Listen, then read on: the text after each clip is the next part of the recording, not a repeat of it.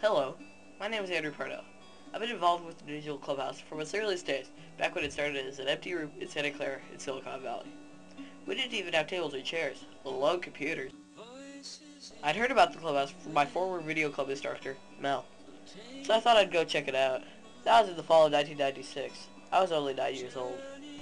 Next thing I knew, I was a member of the first Digitally Abled Producers Project, on my way to becoming a civic entrepreneur as part of the Youth Enterprise Zone, also known as YES.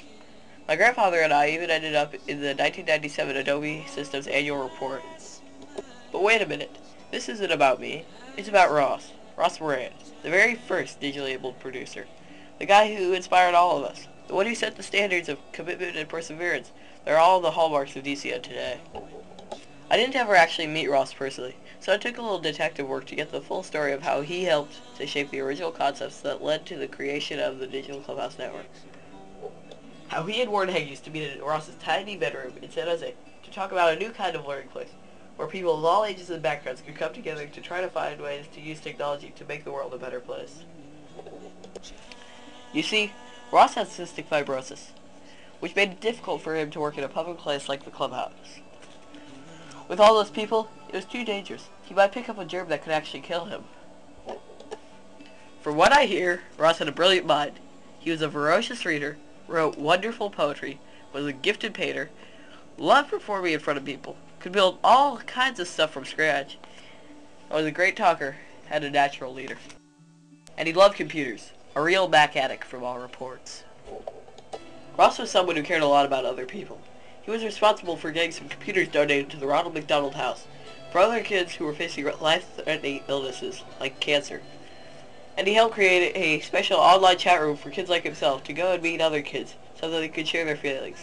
Ross was an inspiration to everyone he met, and despite his failing health, really worked hard all through the fall and winter of 1996 until Warren began to make the clubhouse concept a reality. In March 1997, Ross was in and out of the hospital. Things were really getting tough for him, but he still kept soldiering on and produced the first ever Clubhouse CD to help us explain to people what we are all about. It was that CD that so impressed the Moran family in New York that they invited DCN to set up a second clubhouse at the New York Information Technology Center in Wall Street, where we've been ever since. Ross never got to visit the New York clubhouse. He died in the arms of his godmother Sharon the day Warren returned from New York with the good news. There are lots of ways you can remember Ross, I guess. He was brave, humorous, talented, kind, sensitive, and a lot more. But maybe the best way to remember him is as a prophet. Ross used to tell Warren not to worry about it, by saying, "After all, everybody's wheels fall off eventually. I'm just a bit ahead of my time." By facing death with courage every day, Ross showed the rest of us how to live. And that after death, we can live on in the hearts and minds of the people who knew us as a caring, loving person.